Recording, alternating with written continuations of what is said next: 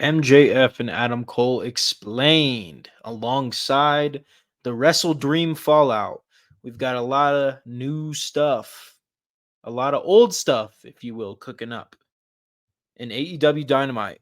Welcome to the summary and analysis of the October 16th episode of AEW Dynamite, just after WrestleDream. Let's get into it, man. We start with a promo. Usually AEW starts their shows off with a match, but we start with a promo this week.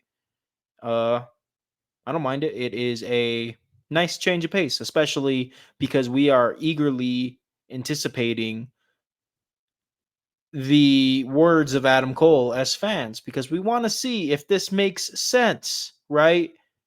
Adam Cole and MJF had a brilliant feud in 2023.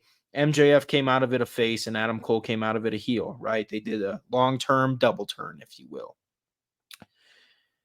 And now MJF is back to being a heel. Understandably so. It's explained why MJF is a heel, as he's had feuds with Will Ospreay and Daniel Garcia in 2024. And Adam Cole is returning from injury as a face. And he's kind of just a face because, I don't know. There's really no accurate explanation for Adam Cole being a face once again.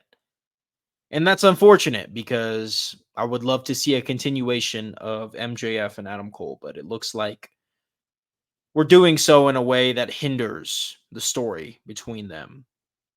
And you hate to see it.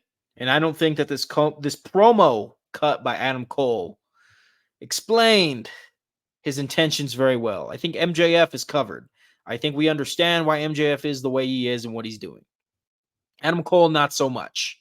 We're just expected to cheer for him because, I guess. And really that hinders the feud, and it's a shame because MJF has been one of, if not the greatest thing in AEW for a long time now, for a couple of years now. So I would hate to see this feud drag MJF down. I don't think it will. I'm just saying that's what's at stake here. If they don't make this clear, if they don't put a good story in for the continuation of Adam Cole and MJF as a feud, then it's gonna hurt MJF, who's been doing great work. Adam Cole, I don't think he has that much momentum right now, but I think he can earn it. This is a real sink or swim situation for this feud and for these wrestlers. And AEW really needs MJF to be on his top shit right now, to be on his best performance, momentum, character, storyline, what have you. This promo didn't kill the feud before it could start, but it definitely didn't justify what we needed it to justify. But then again, it takes time. We'll see how it does in week 2 and week 3. We'll see what they do at Full Gear. We'll see what they do at World's End. They got room to make this work here. I'm not calling the feud dead where it stands. I think they've got work to do with Adam Cole in specific. MJF, it makes sense. Adam Cole, no. So, yeah, I mean, we'll have to wait and see how this goes. I wish the best for this feud. I hope AEW Creative is able to put something together because I do think that there is potential for this feud to happen. I just think, this first promo segment here didn't exactly knock it out of the park, but it didn't strike out. Is it a single? Sure, I'll give it that. It's considered a single, a base hit. All right, we get into our first match of the night here. We have FTR taking on Big Bill and Brian Keith of the Learning Tree. And FTR is able to get the victory against Big Bill and Brian Keith, who wrestle a fantastic match. It's a great match. And LFI watch from backstage, as this seems to be an upcoming feud between FTR and LFI. But before this match and segment is over, we get the Outrunners coming to the ring while FTR is in the ring after the match. And what they do is they essentially align with FTR. It looks like we will be getting the pairing of FTR and the Outrunners. And I do hope this leads to something good. I think there's potential for this to lead to something good. The Outrunners are very over right now. So if you go ahead and have them align with FTR only for FTR to turn on them sometime in the future, leading to a high caliber blood feud between the Outrunners and FTR. I think there's a chance to make some great stars here and to make things interesting. Yeah, so very excited to see not only LFI versus FTR, but see FTR and the Outrunners create a nice story here because I think that's where we're heading. And I think it's a good direction for sure. Our next match is Mercedes Moné defending the TBS championship against Queen Aminata. And it's a good match. It's the only championship match on the card here. I think it's a solid match in terms of bell to bell action. They even did a little build to this match during the 0 hour of WrestleDream. And it was perfect. It was exactly what it needed. Just one segment, one backstage segment between Queen Aminata and Mercedes Moné leading to this championship match here on Dynamite. I think it was handled well. I think it was built well. And I think the match was wrestled well. Was it amazing? No, but it didn't need to be amazing. I think it was a TBS championship match. And I think, Queen Aminata has spent a lot of time in Ring of Honor, and she was impressive in this match, this championship match on AEW Dynamite, which is good for her.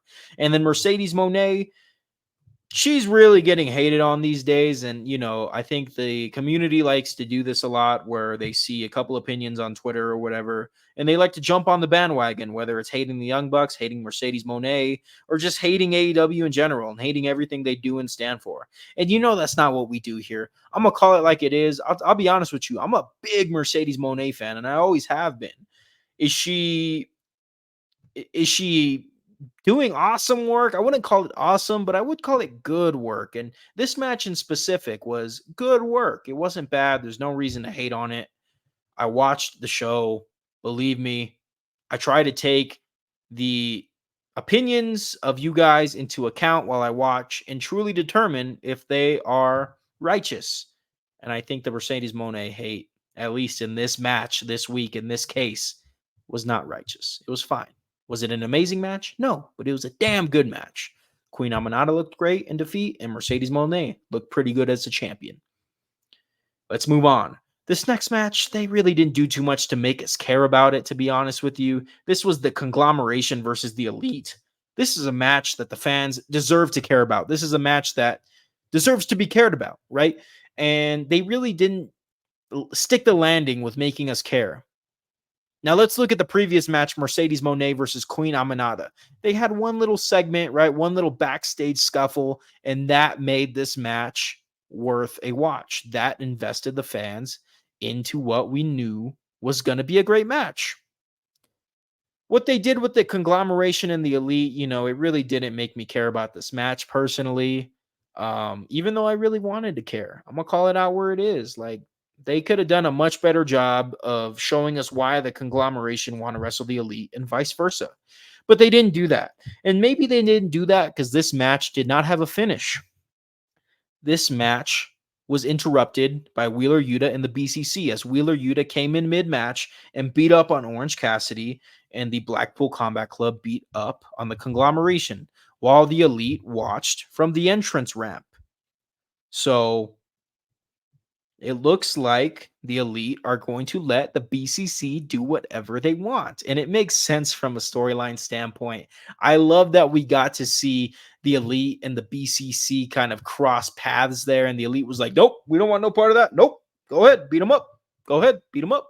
It made sense from a character standpoint for both factions, right? As the BCC continues to beat up the Conglomeration, Top Flight tries to interfere and save the Conglomeration. They fail. Dark Order tries to get in the mix and prevent the beatdown. They fail. So here we have BCC beating up on 3 different factions, standing tall in the ring.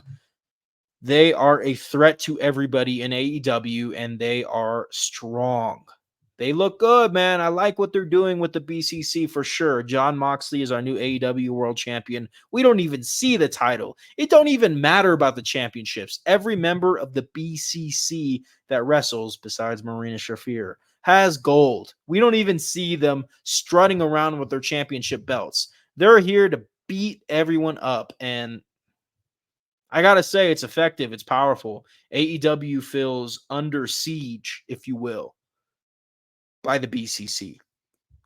And yeah, this match, the conglomeration versus the elite, did nothing to make me care. But maybe that was for a reason because it was there to make the BCC look strong. They even had some backstage interference between the BCC and the previously stated factions later in the night. So it looks like the BCC has their work cut out for them, right? They got trios titles to defend, they got people to beat up. I think we're going to see some sort of parking lot brawl between BCC and Dark Order here soon. And I'm excited to see that. I think I think it's fantastic. I think it's great, right? You got the elite who are all wearing championships and they're kind of doing their thing. I'm not going to say it's amazing what they're doing, but it has its moments. It's getting better as time goes on. I think Jack Perry wrestles often, which is meh. I think the Young Bucks wrestle often these days. They weren't at first, but now they're defending those titles quite often, and they're doing a great job.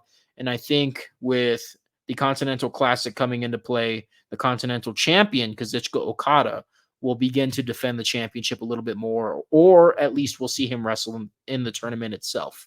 So the Elite is like really C plus B minus in terms of how they're doing as a faction. But the Blackpool Combat Club now all have gold around their waist, each member, again, except for Marina Shafir.